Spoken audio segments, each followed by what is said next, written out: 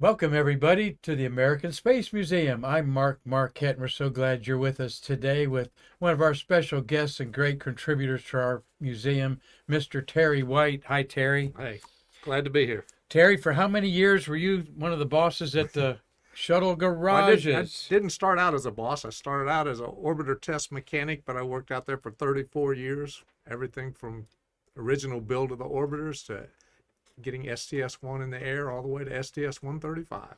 And Terry's been joining us for about 6 months doing a monthly program about the shuttle garage, as I call it, as he is the orbiter process in chief there. We've had some great programs in the past, Terry, talking about some of the details of the OPF and processing these beautiful space birds. But today is juxtaposed in history are three major events in space history. And of course, we're talking about April 12th, 1961, Yuri Gagarin breaking the bonds of Earth for the first time by a human being and orbiting the Earth. We're going to share a little bit about that. Lost in history a little bit is Apollo 13 headed to the moon 52 years ago on this date in history in 1971. No, Yeah, 1960, yeah, 1970, yeah. 53 years ago.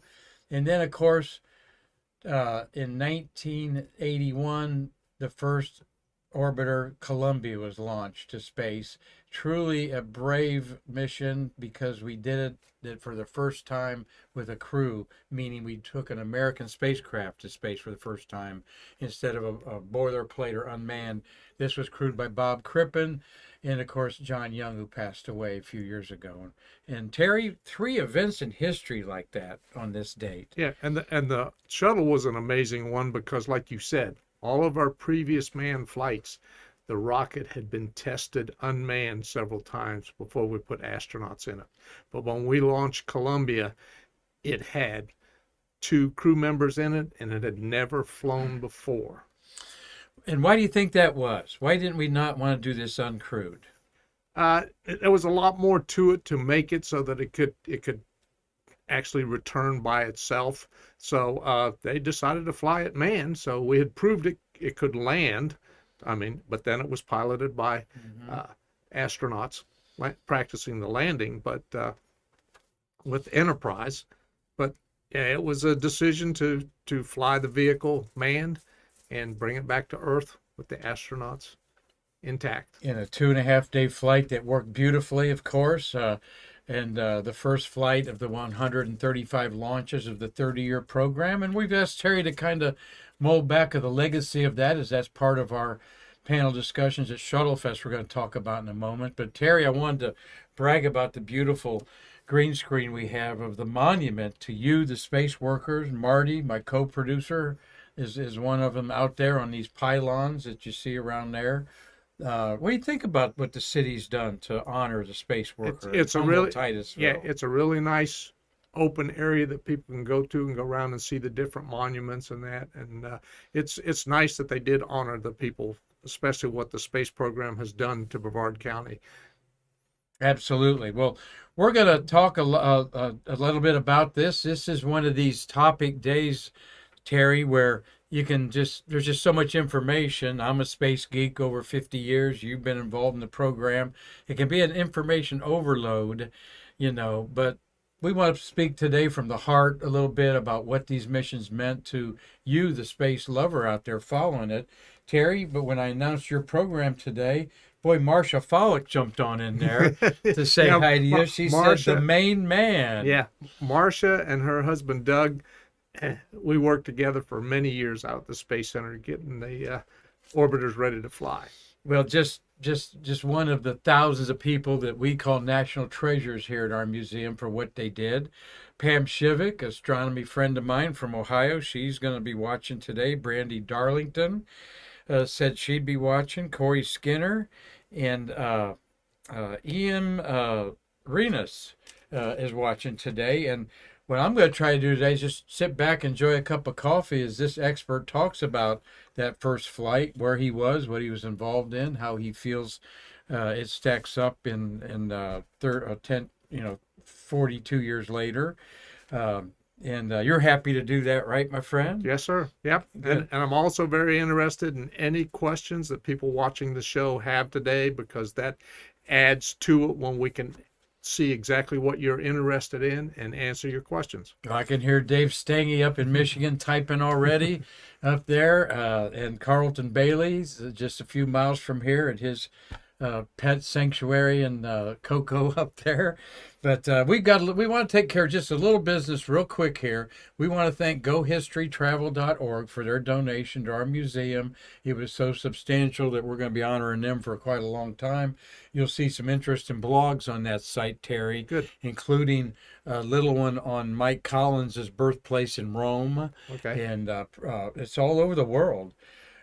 We want to thank rent a room at a rocket launch and go see a launch up there. Marty, you're going to make that big for me. I might hit the wrong one there. There you go.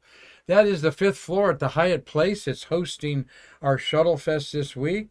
Robert Carmody and Dana Lavoisier, saw them today at a Chamber of Commerce luncheon.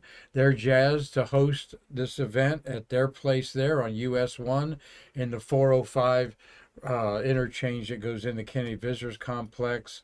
We've been talking about it for a while. If you want to still get in on coming and getting a free lunch, we got to turn those in tomorrow. Free lunch, $12 lunch. $5 off on the $20 entry if you hit that QR code and register up there.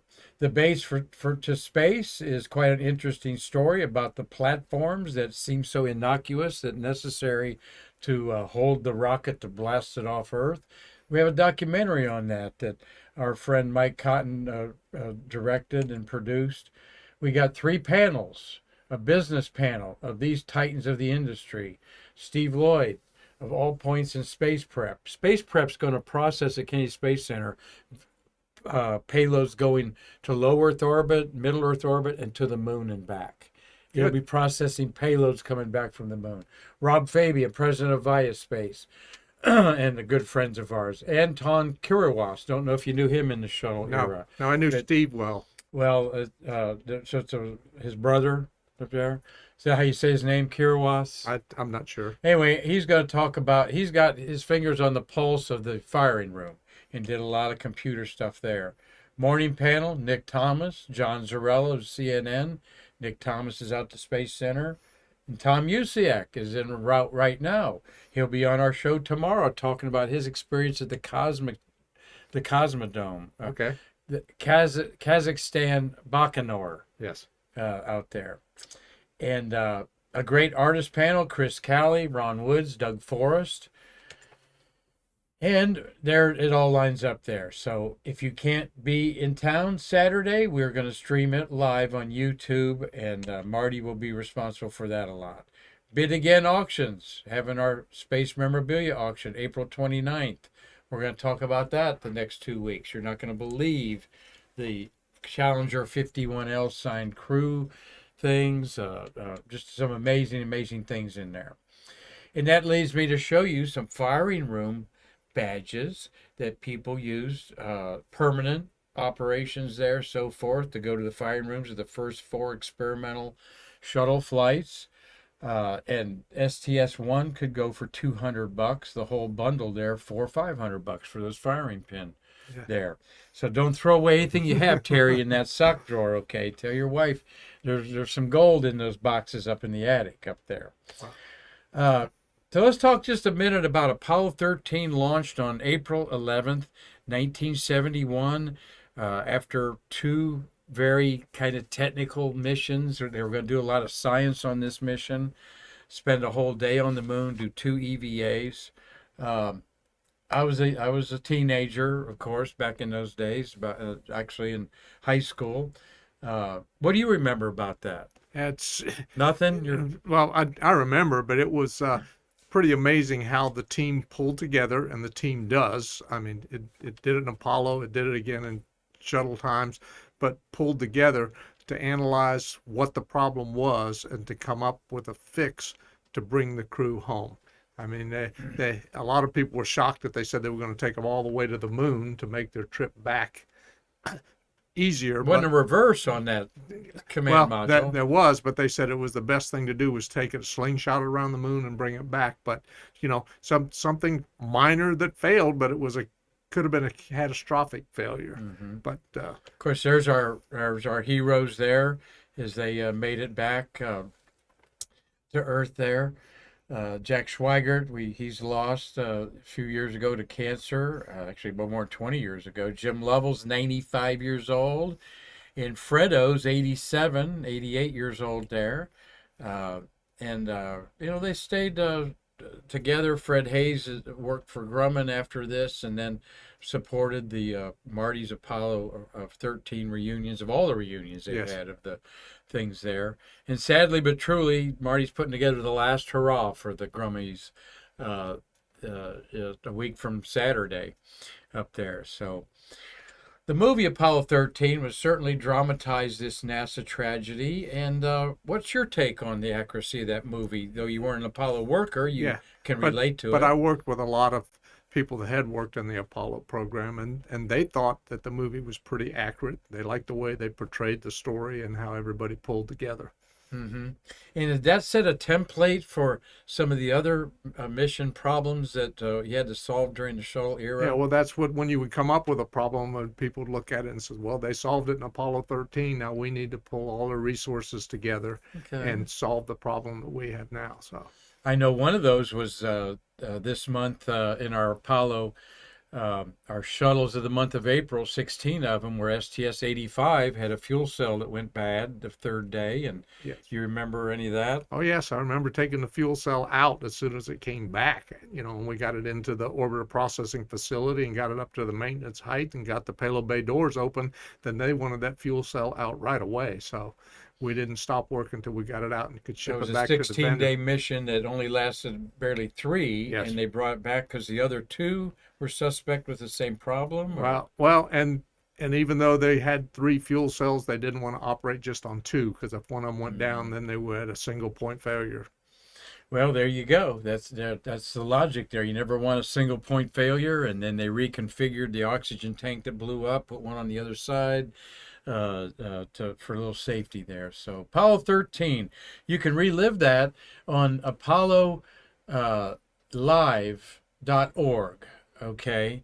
And I'm going to put it on our Facebook page, and you can relive every minute of this mission, just like Apollo 11. I think they do Apollo 8, but Apollo 13, I'm going to have that in the background when I'm working, particularly on April 13th, tomorrow when the tragedy, the accident happened on there. So and just like here on Earth, when you have a problem, I understand that part of their solution was using their duct tape.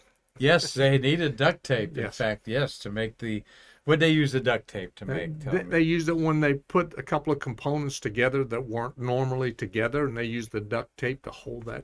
The filters to scrub out the carbon dioxide. Yeah, they were different shapes. Or they would have died. Yeah.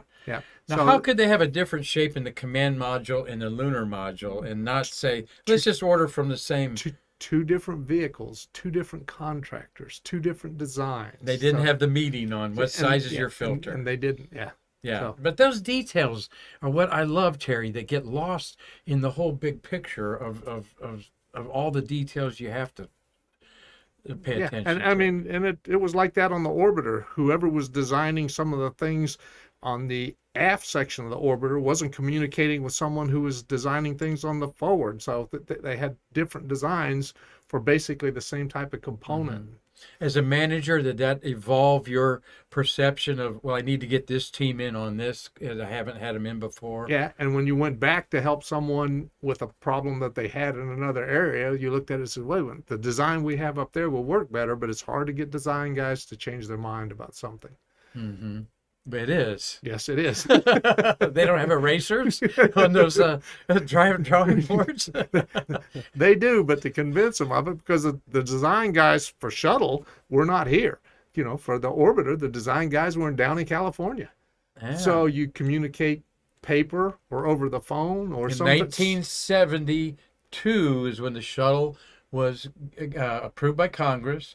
They let out bids in April, right this month in 72. Yeah. So, and we flew 9 years later for the first time. So you think back of the technology, you went from an evolution of the contracts being bid to 81. There weren't even fax machines in 1975, probably. No. But you used a lot of fax machines in 1980, I'll say. Yeah, well, but we didn't on the floor, so we Yeah. didn't use computers at all. So yeah, that's a lot of people couldn't understand, but no. So and the drawings for the orbiter, the first time I saw the original drawings, they were in pencil. Is that right? Yeah. Huh. So But no erasers on that pencil to change there was. Yeah, they would change the drawings, and so What a process it had to be, folks. I mean, the putting all of America's eggs in the same basket on the shuttle after the successful exploration of the moon in a Yes. completely different vehicle, a capsule. All right, we went from calling these America's spaceships capsules to space planes. Yes. Because of the shuttle, basically. and then the orbiter was built or the shuttle was built in 48 of our 50 states. So you're dealing with contractors all over the country and a couple of 100,000 people building the parts for the vehicle. Well, you all know the great launch director and a great supporter of our museum, Bob Seek, launched 57 space shuttles, was involved in NASA since his early career in Gemini as a weather guy.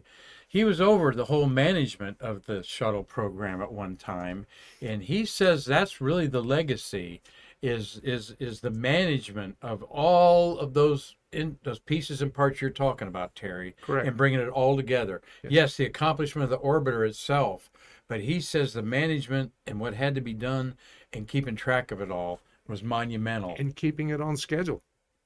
There you go. Yeah.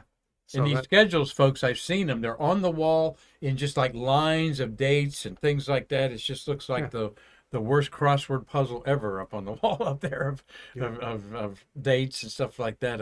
Am I right? That's why you guys did Correct. it. And some of the things like to maintain schedule, there were times when we'd have a tile that would get damaged late in the flow and we would have to get another one to replace it. And the tiles were actually built in California at the time. So I would put in a request for the tile, but to get it expedited here, an astronaut would take a T-38 out of Texas, fly to California, pick up the tile, fly it down here, and I had to have somebody waiting at the runway. And when he would taxi up, they'd hand him the new tile. The same day. Yeah. And he might go flying off to another contractor's place or something. Yeah, dependent, but yeah. So. Huh. That's how business was done back then, for sure. Well, Terry, before we talk more about STS-1, of course, April 12th, 1961 is when Yuri Gagarin and the USSR, the communist country of Russia, launched the first human in space. And they did it right under our nose, where we did the suborbital flight and May 5th. Is when we did Shepard's flight in 1961. And here they're orbiting a human being. Here's the spacecraft that was orbiting the Vostok. The astronauts in that cylinder there. Though you and I were just babes in arms back then, as we've read the history and so forth. How does it all strike you? Gagarin's brave moment in space. Yeah, that and actually I was more impacted by Shepard's flight because I was in the 5th grade at the time, and I was tasked to go sit in the auditorium at school and monitor the news until it got ready to show him lifting off. Oh, you were tapped a space geek already by the teacher, and huh? then by the principal, and then get the whole school to come down to the theater and watch the launch. Wow. So, yep.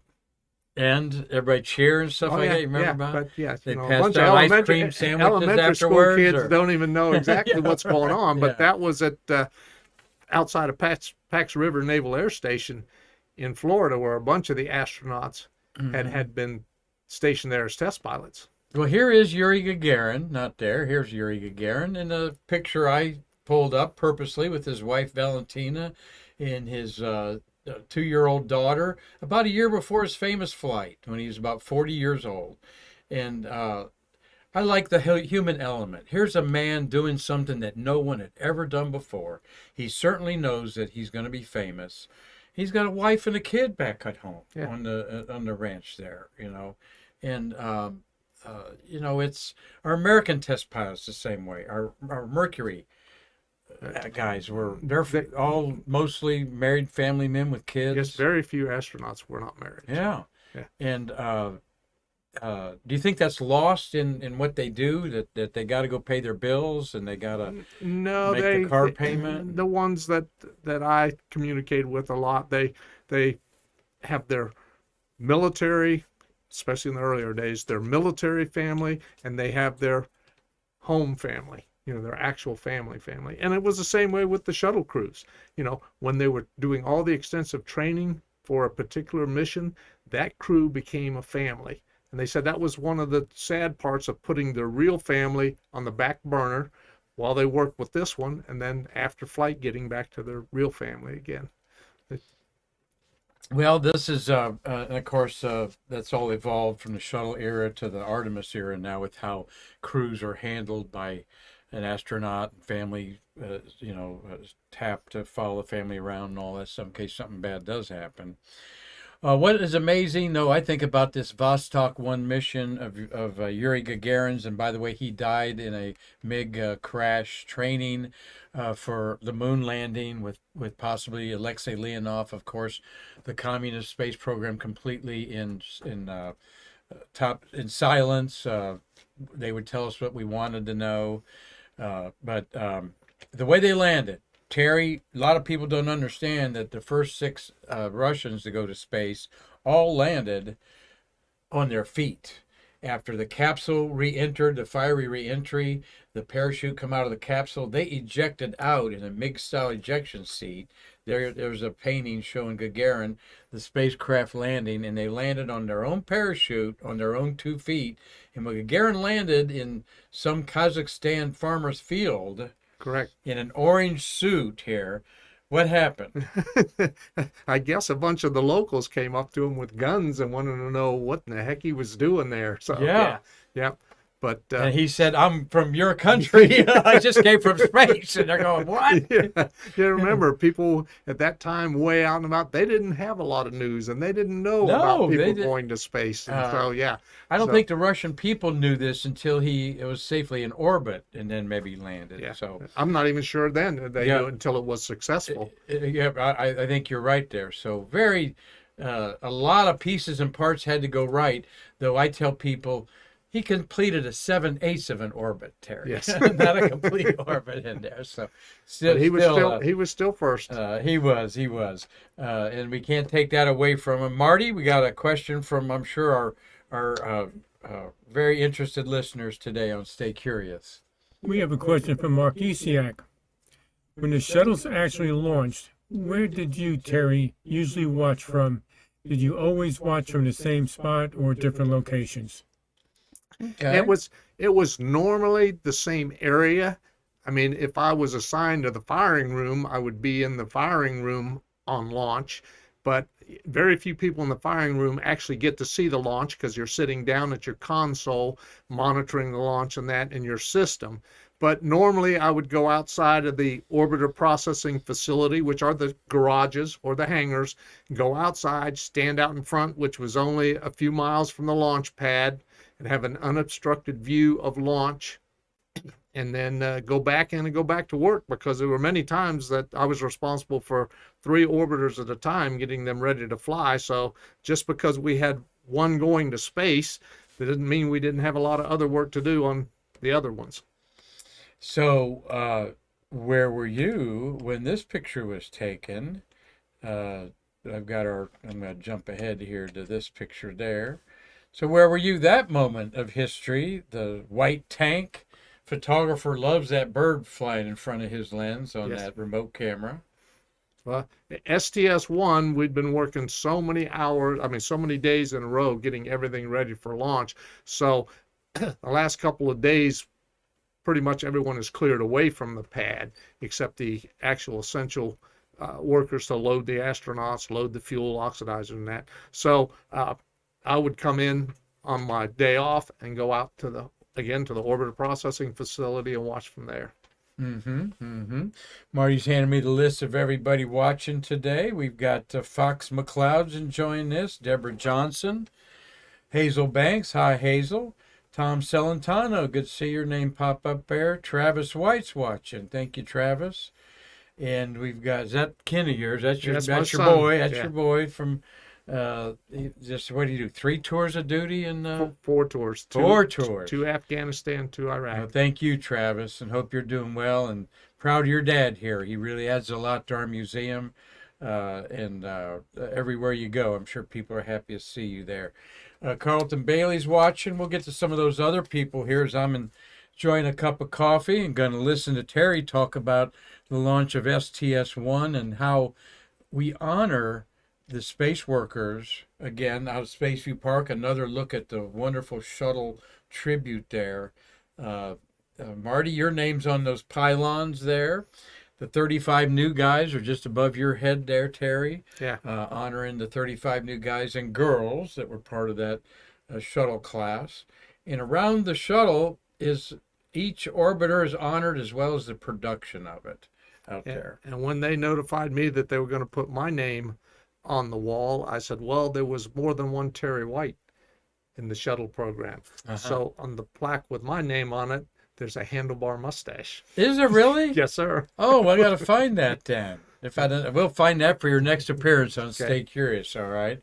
Well, and that's all you have to say is Terry White with the handlebar and the mustache, and they all know that.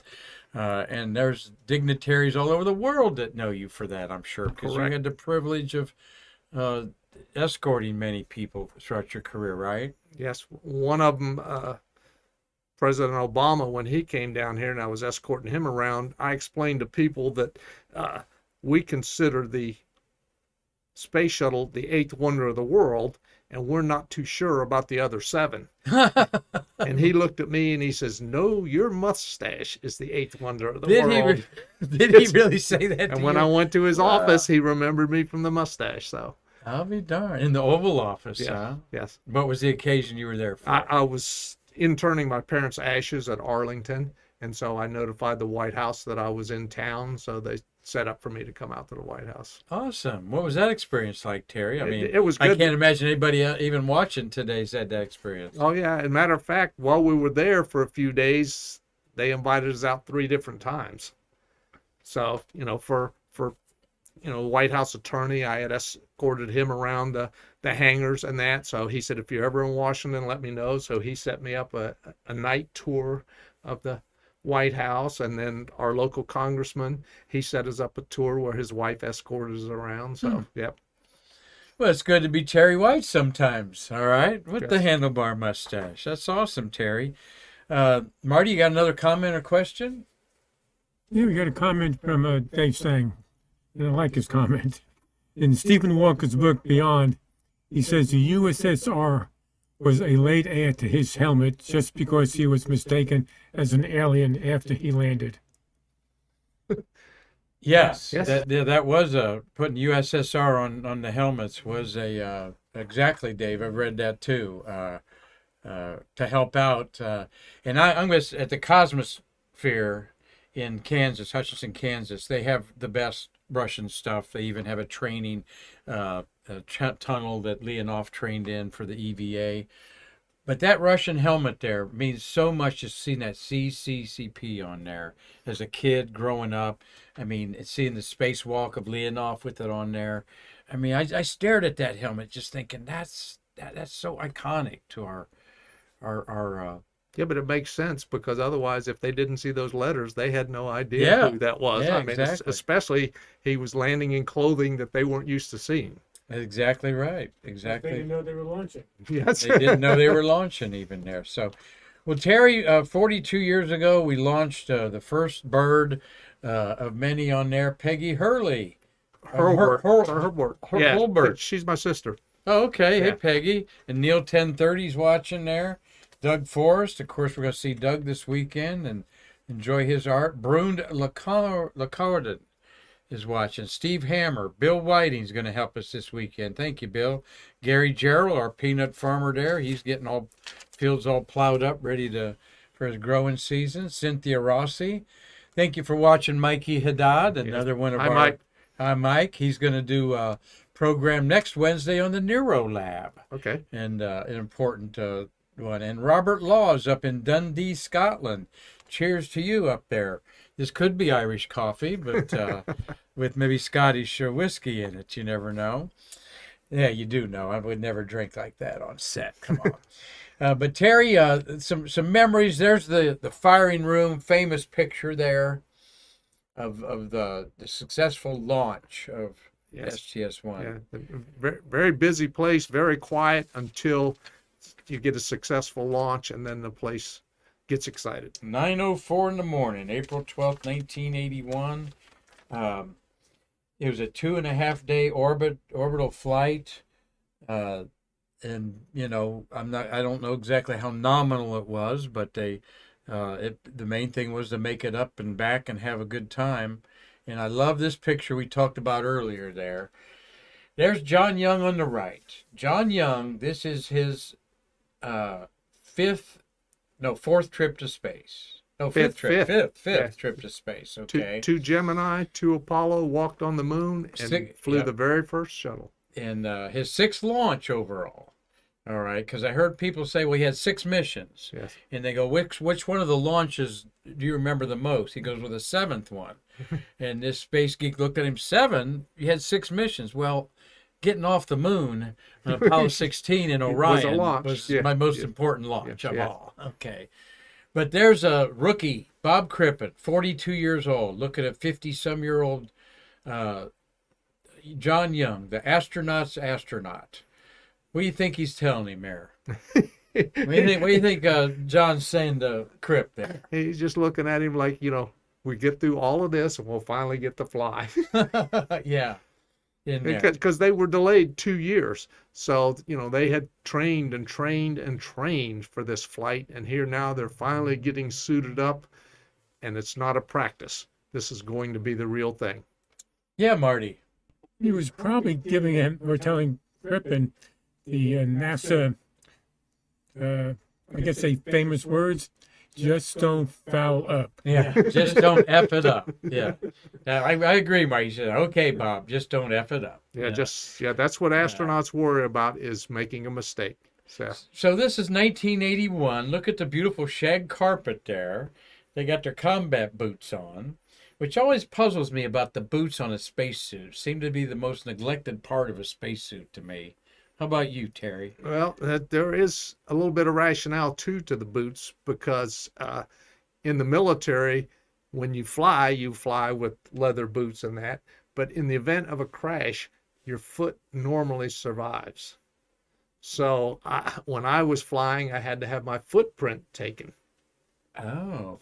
To identify you in the event of a crash. Ah. So that was part of the flight suit. You mean not survives, remains? Your foot, remains. The feet are part of the to identify you. So. And what's in the middle there with the red? That I don't know. It looks like it's attached to something that's attached to them. So that may be the printout of their vital signs, their heart rate, that's not what you would see on the modern one, but yes. Now, this is NASA. They afford the best stuff. They got the rugs there. I mean, that kind of looks like the couch on Frasier or something like that. But they used those chairs for many, many years. They just replaced them not too long ago. Is that right? We know some suit techs that use that, and Ron Woods is one of them. Yeah, he can give you you're the saying history. Those, of course, that's the Apollo setup. Yeah, he can give you the history of those because he was the suit tech. Yeah, Ron Woods, who's a fabulous artist that's going to be at Shuttle Fest, knows this room very well, I'd say there. So, but the rugs that's kind of interesting when you're wanting a sterile environment. And Marty's got something to say. Yeah, did you notice that John Young's boot has a red dot on it and Crippen has yellow to distinguish between the two? Good. And red is the color for commander. Is that right? Yeah, Good eye, Marty. You ought to point that out to people who don't see what you're talking about. I see that now. Their food packets, their clothing packets, all the things they had, even when there were 7 astronauts on board, There's the red dot. They were all color coded There's the to yellow tell one. whose was All whose. right. I noticed in the Apollo era, the left hand is the rings are blue and the right hands are red or something like that. That Or could back be back and forth. could be on for when there. they're filming stuff to tell. And So but their pockets are full of stuff there. Look at the pockets. I mean, I love looking at pictures like this. I told Terry we spent a little time on it, just looking at the detail. Look at Cripps right, or Young's right leg. He's got a lot of stuff in there that's just hanging out of that thing in there. correct. So Yeah.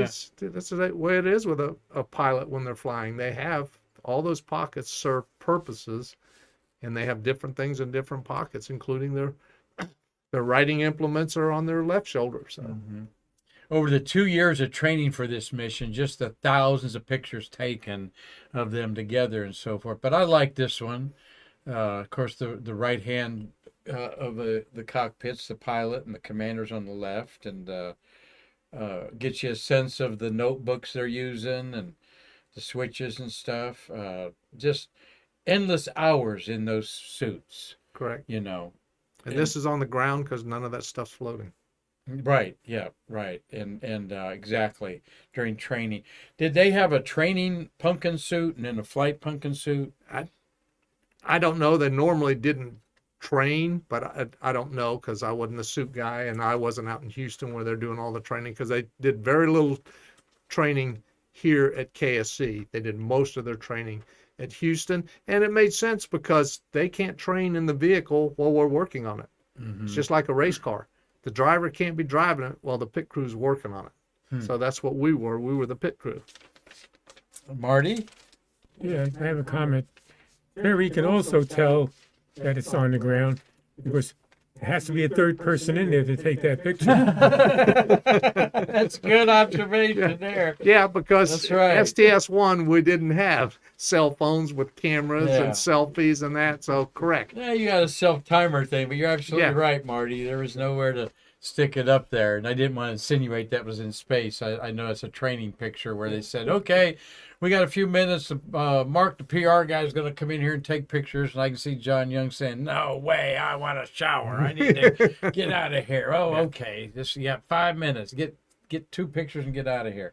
You know, there's a lot said about the bravery of these guys, okay? And that they being the first time a spacecraft to be crewed was flown uncrewed, not uncrewed. John Young had this to say, when he said about how brave you are and you two guys and so forth. He said there's 23 other guys in the astronaut office willing to kill us for this seat. Yes. Okay. And that's the way test pilots were. Yeah. They've already reconciled themselves that they could die any day they get into a flying aircraft. Am I Correct. right? At that time frame, 60s and 70s, we were losing test pilots right and left. I mean, it was a very dangerous occupation. So, at Pax River in Maryland and out at Edwards Air Force Edwards Base. Air Force Base, Yeah. where the Air Force test pilots were. So, the Marine and Navy were at Pax River. So, Well, it's John Young we lost about 4 years ago. Crippen's 84 years old, and we'd like to think people are in great health in their 80s. Some are, some aren't. I looked up the year I was born, 1953. The life expectancy was 68 years old. Yes. When I was born, and I made it about a year past that. Okay, so there's nothing forgiven. Someday Crip's going to go, and we'll lose these people forever. Yeah, Marty. Mark Usiak, where was the most surprising spot that you found white sand gypsum after STS-3? I had it in my camera case for years. we found it all over. That gypsum got in everything, and I was glad that NASA determined that they were never going to land another one at White Sands. So Edwards was rough enough, I thought. yeah, too. but Where's the most unusual? I don't know that anyone remarked that something was more unusual than others. So yeah, it just got into everything. It took us a long time to get it out. So every time they go to space and come out of a nook or cranny, we're talking about the gypsum sand that Yeah, STS-3 with Gordon Fullerton and Commander Jack Lausman landed out there. You know, Jack Lausman told us, Marty, it was very interesting. Jack Lausman made that decision himself as the commander. They wanted him to land at Kennedy. There was a lot of rain and water out at Edwards, and they gave him a day in space, and there was still water there. They wanted to bring him down, and because it was the third test flight, and they've been up there for 6 days, I think. And Jack Lausman told us, Marty, that it was his decision to land at Kennedy, and he didn't think they were ready for that. And one of the comments he said, Marty, was, "They have gators all around that." Remember him saying that? But I couldn't believe it that it wasn't JSC made a decision. They let the commander. Do you want to be the first one to land at Kennedy? And he just didn't think, not himself personally, but the whole. What do you think about that? I don't know. I wasn't in that decision 1983 making process then, but yeah. So, they do put a lot of faith in the crews. So if he was the one but it's odd that he didn't want to try the KSC landing. So yeah. Yeah. But he did say that. Anyway, I've enjoyed this cup of coffee KSC, here. you only got one shot. The White Sands and Edwards, with the desert areas, you have more opportunity. If you don't make the runway, you have a lot more opportunity to left land. and right movement. Here you have one chance. I think he was more worried about the latitude left and right. If something was off, there was no extra. Yeah. And it was only the third time you're going to land. Yeah, but we're pretty good about keeping the alligators away from them. You are. Well, Marty took us out to the launch of the SpaceX the other night, which was gorgeous, and leaving, we saw one of them alligators going across your parking lot there in front of the VAB. Yeah, I used to. OSB. Yeah. Was it the OSB? OSB. Okay, OSB. I used to pull them out from underneath cars in the parking lot. Security says, "No, you got to wait for animal control." I said, "I'll just pull him out of here and he'll go about his business." That's why you're Terry White, okay? Terry, I've enjoyed having this cup of coffee with you today, talking about the legacy that you were part of, the 30-year legacy. How does it all look to you in the rearview mirror? It was an amazing job. It was an amazing program, and it was an amazing launch team. It was the greatest launch team that I think we will ever have. We will launch additional vehicles. We will launch hopefully back to the moon soon and that. But just the team that took these vehicles and put them into space, got them back, turned them around and put them into space again. And I still think back to April was the maiden flight of Challenger, STS-6. Mm-hmm. And Challenger was really the workhorse. We talk about it, Atlantis, flying 33 flights over 26 years and that. But Challenger launched 10 times in 3 years. So Challenger was really the workhorse. But in those days, we worked round the clock. So we never stopped. And being the second orbiter after Columbia, it had been streamlined and actually, it wasn't streamlined. It was a little bit lighter than Columbia and that, but Challenger was never originally built to fly in space. Mm-hmm. Its tail number was STA-099, which is Structure Test Article. So it was built, and then Lockheed did the shake, rattle, and roll to find out the flaws in the vehicle, before Columbia was completed and that. And then Columbia was so far over budget, they wanted another vehicle that wasn't near as expensive, and then they said it would be too expensive to convert Enterprise to fly into space, but they could do Challenger. So then Challenger became OV-099, but it had the 099 tail number, which wasn't designed to fly into space, but all the 100 series, including Enterprise 101, were designed to fly. So they had the 100 series tail number. And the tail number of Columbia is 102. 102. Yeah. And just this week in space history in 1979 is when the Enterprise came. Yeah, for all the fit checks and that. Yeah, checks. yeah, we didn't use the flight vehicle to fit check all the different places here. So Enterprise came down here, and they used it to fit into the hangars to make sure everything fit right. They used it into the VAB, stacked it, took it out to the pad, made sure everything worked around it before we actually took the flight vehicle out there. And they even took Enterprise to Vandenberg, because Discovery was supposed to fly out of Vandenberg eventually, and they took Enterprise to Vandenberg and moved it around out there to make sure, and they had to do a lot of road work because Yep. its launch pad was 19 miles from its processing hangar. We did a little program on that, Terry, about that. I didn't realize the OPFs were 19 miles from the Vandenberg. It's like 6 Yeah, in there. yeah. It was also at Marshall, Yeah. hanging in the vertical test ability there, Yeah. and I thought that was kind of interesting. So. And now it's sitting on an aircraft carrier in New York City. Yes, and that's on my bucket list to see that. And then Marty and I, when we get it on the road, we're going to go up to the Cradle of Aviation up in Bethpage. Yeah. Well, when you go to the Sea Enterprise, tell them I sent you, and they should let you in for free. Really? Yes. Okay. Yeah, they set that up when I was up there. Yeah. Well, I'm going to take a selfie with you and me, so they'll know who you're.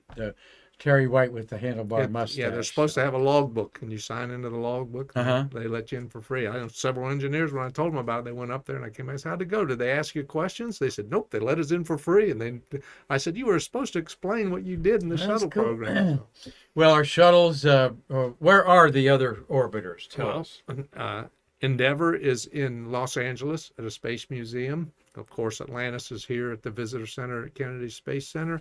And Discovery is at the Air and Space Museum outside of Washington, D.C. Mm-hmm. The Udvar Hazy complex. And I've seen Discovery, and just every time I look at Atlantis up there in midair, ready to do its attack plane to come into land, it's just That's it's like so it was in gorgeous. space. So it is the best display out of all of No, them. it certainly is. It certainly is. And this Saturday, they'll be celebrating Yuri's Night underneath our icon of freedom, the Atlantis there. But that's okay, because we're looking at Yuri as not a communist person, but as a human being that broke the shackles of gravity for the first time. And quite a nice celebration out there after our Shuttle Fest. So that doesn't start till 8 o'clock. So just, what do you think is it? Let's just pretend it's the year 2123, 100 years from now. How are people going to look at this shuttle era? Hopefully they'll look back. It's like they do with the Wright brothers as the stepping stone to flight, that they'll look at it as a stepping stone to people spending long durations in space, because we created the space station so that they could conduct experiments and learn more about space for future space travel. But hopefully they look back and say, hey, this is one of the milestones that got us to the point where we are now, living on other planets. Certainly, we will be on a few planets or two, maybe, hopefully in 100 years. You don't I know. don't Took us think 50 I'll be years. around to see it, though. No, but we'll leave a time capsule to our great-great-grandchildren of what they think about it. So, well, Terry, thank you again for spending your time with us here at the American Space Museum. Always entertaining and factual, and from a guy that, like he's told, he's Obama knows what his President Obama knows what your mustache looks like. That's some credibility out there. But Marty, we have anything from our listeners out there today? Nope, we're all caught up. Good. Any final thoughts about this juxtaposition in history of the first shuttle flight, the first time humans left Earth, and then the cusp of Apollo 13 about to go into a crisis, all in the same day today, Terry? Yeah. And just the fact that we have a lot of people that never thought we could accomplish the things that we have, but it took, like I say, people all around the country working together, producing what they needed, and all of the parts working together to get human beings into space and allow them to accomplish things. And then all of the spin-offs, all the things we learned to get astronauts and spacecraft into space benefit us on our day-to-day lives here on Earth. Everything that we touch anymore is a spin-off from the space program. And it is, and you better believe it, that our society has been changed by the 22 years that humans have continuously been living off this Earth in our space station. Yes. And that was accomplished by people like you, Terry, that gave their heart and soul to these space trucks. And I know to you, they're like children to you, aren't they? Yeah. Yeah, In a and way. it was amazing. I got to work on the world's most expensive garbage truck. There you go. People don't realize it, that when every time we went to space station, we loaded their trash container in and brought it back. And we took it to landfills on Earth. Yes. Okay, and recycled what we could. Yeah. Well, thank you, my friend, for Thank you. another great program there. I'm sure you all enjoyed it out there. Marty, thank you for a great Streamlabs job there. You're writing a note for me there. Oh, okay, good, in case we got something else. But I made it from the heart. Terry, you've been a great asset to this museum. You've really enhanced our Stay Curious program. And we're so grateful that people like you, Nick Thomas, Mikey Haddad, and others want to give their time freely to appear on this program. It means a lot to us. And we'll have you back next month and talk about some shuttles of the month of May. And so thank you all for being there today. On behalf of Terry and Marty and our whole American Space Museum, led by Karan Conklin, our wonderful executive director, we're going to have I'm Mark Marquette saying that we will see you tomorrow with Tom Usiak and his stories about the Baikonur Cosmodrome in Kazakhstan and how cold that launch was at Norm Thagard. Yes. We'll hear all about that tomorrow, my friends, to bridge the space between us.